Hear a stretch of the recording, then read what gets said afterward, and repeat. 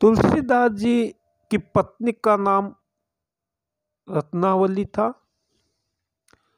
उनके पिता का नाम अर्थात तुलसीदास जी के ससुर का नाम कविता कौमुदी में दीनबंधु पाठक स्वीकार किया गया है। तुलसीदास जी गृहस्थ में अर्थात पत्नी से बहुत ज़्यादा प्रेम करने लगे। उसके संग रहने पर एक प्रकार से वो ईश्वर की ओर ध्यान कम देने लगे।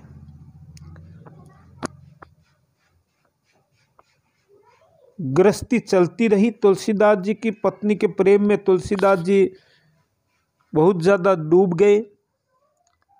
ऐसी घटना होती है कि एक बार पत्नी नहर चली गई अर्थात पीहर चली गई अपने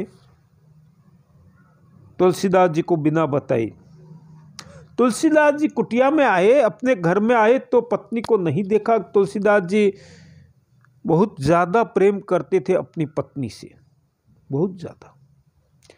जब उसको वहाँ न देखा तो कुछ इसकी घटना इस प्रकार से वर्णन करते हैं कि रात्रि का समय था, बारिश आ रही थी।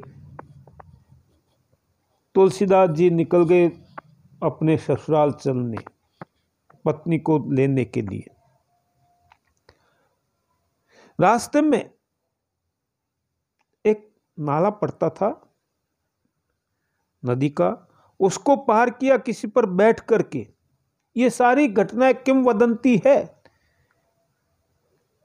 और वहां जाने पर एक रस्सी को पकड़ करके वो ऊपर गए। जैसे ही देखा तो शरीर से दुर्गंध आ रही थी। पत्नी वियोग उनसे सहा नहीं गया। ससुराल जाकर के स्त्री से मिले और कहते हैं उसी समय बिजली के प्रकाश में पत्नी ने तुलसीदास जी को देखा। बेहाल हुए, इतना प्रेम। जब बाहर जाकर के देखा तो वो मुर्दा था और रस्सी देखी तो मरा हुआ सांप था।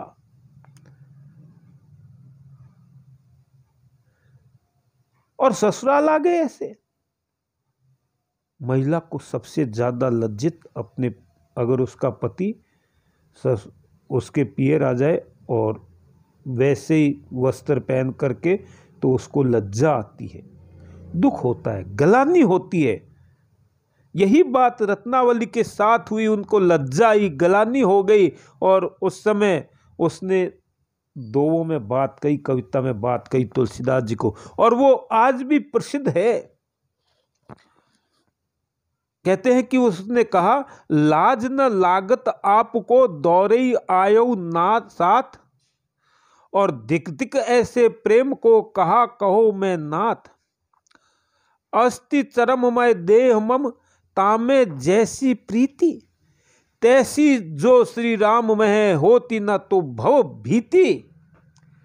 के हे नाथ, आपको लज्जा नहीं आई, आपको शर्म नहीं आई, आप दौड़े हुए मेरे साथ चले आए, दौड़े ही आओ साथ, और दिक दिक ऐसे प्रेम को कहा कहो मैं नाथ। हे नाथ, हे पति, मैं आपको क्या कहूं, धिक्कार है ऐसे प्रेम को। और ये शरीर किसका बना हुआ है? अस्थि और चर्म का है, चमड़े का है। इस शरीर में गंदगी है। अगर इतना प्रेम आप राम से करते, ईश्वर से करते, प्रभु से करते, तो भव भीति, भवसागर से पार हो जाते। आप राम से इतना प्रेम करते तो भवसागर से पार हो जाते। आपको धिक्कार है।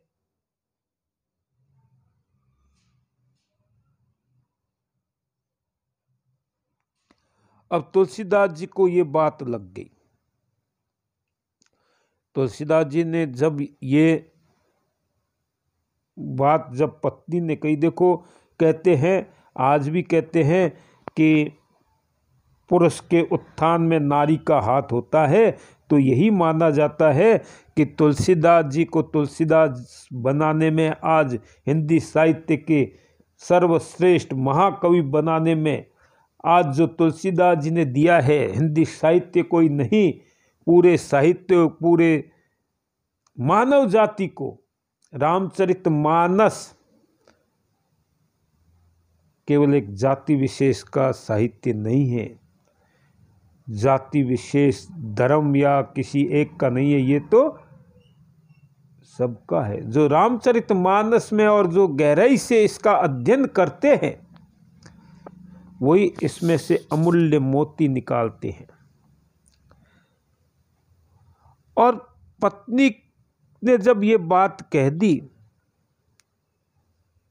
कि धिक धिक ऐसे प्रेम को, धिक्कार है ऐसे प्रेम को, यह बात गोसाई जी को हृदय से लगी और वे विरक्त हो गए, सब कुछ छोड़ दिया। उसी समय उन्होंने ससुराल का त्याग कर दिया, सुबह का भी इंतजार नहीं किया। अब स्त्री बेचारी क्या कहे, उसको क्या मालूम था कि एक साधारण सी बात कहने पर ऐसा परिणाम होगा। उसने बहुत विनती की, बहुत अरदासना की,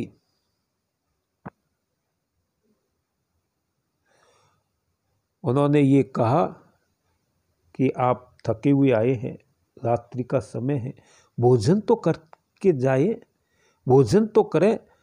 परंतु तुलसीदास जी ने एक नहीं सुनी।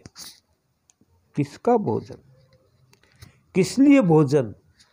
तुलसीदास जी तो उधेड़ बुंद में ऐसे डूबे कि अब उनको आगे पीछे कोई कुछ भी दिखाई नहीं दे रहा था।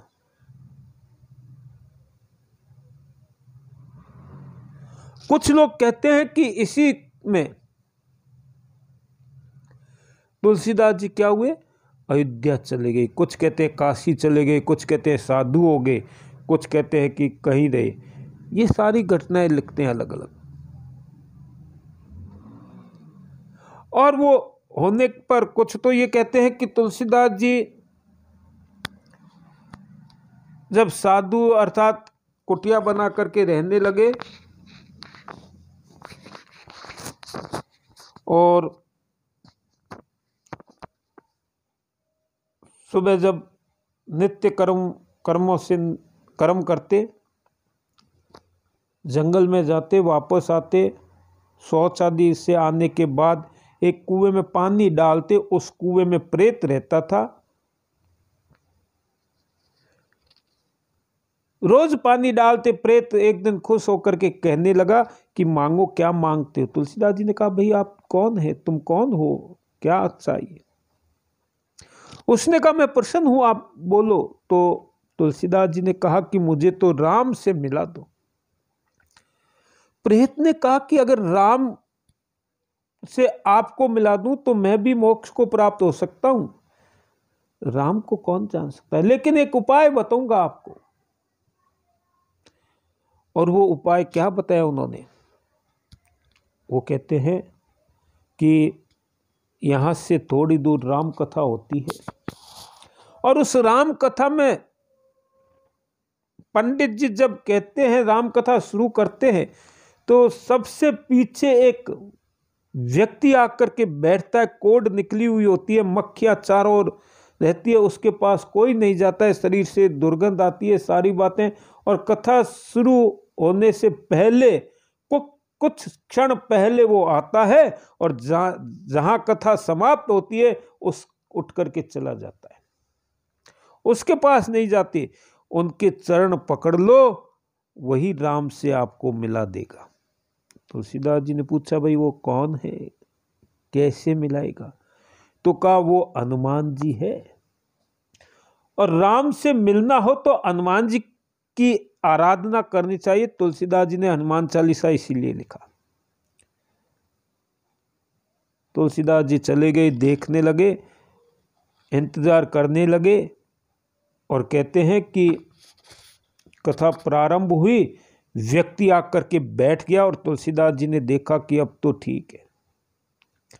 जैसे ही कथा समाप्त होने वाली थी, तुलसीदास कथा समाप्त हुई, व्यक्ति वो जाने लगा, तुलसीदास जी ने चरण पकड़ लिया और कहा कि मुझे राम से मिलाएं। मैं आपके, तो उसने कहा कि तुम्हें कोढ़ लग जाएगी, सारी हो जाएगी। कहा कि मैं आपको जानता हूं, आप हनुमान जी है।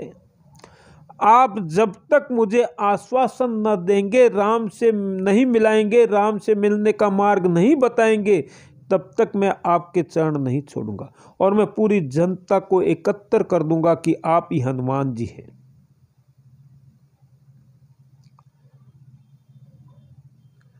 बहुत कुछ समझाने पर भी तुलसीदास जी नहीं माने, तो उन्होंने कहा कि चित्रकूट में तुम्हें राम के दर्शन होंगे, तुम वहां जाओगे तब राम के दर्शन होंगे। तुलसीदास जी गए, राम को रास्ते में देखा, पहचान न सके, राम लक्ष्मण घोड़े पर जा रहे थे और तुलसीदास जी ने आंखें, अब प्रभु उस परमात्मा के दर्शन के लिए दिव्य दृष्टि भी होनी चाहिए।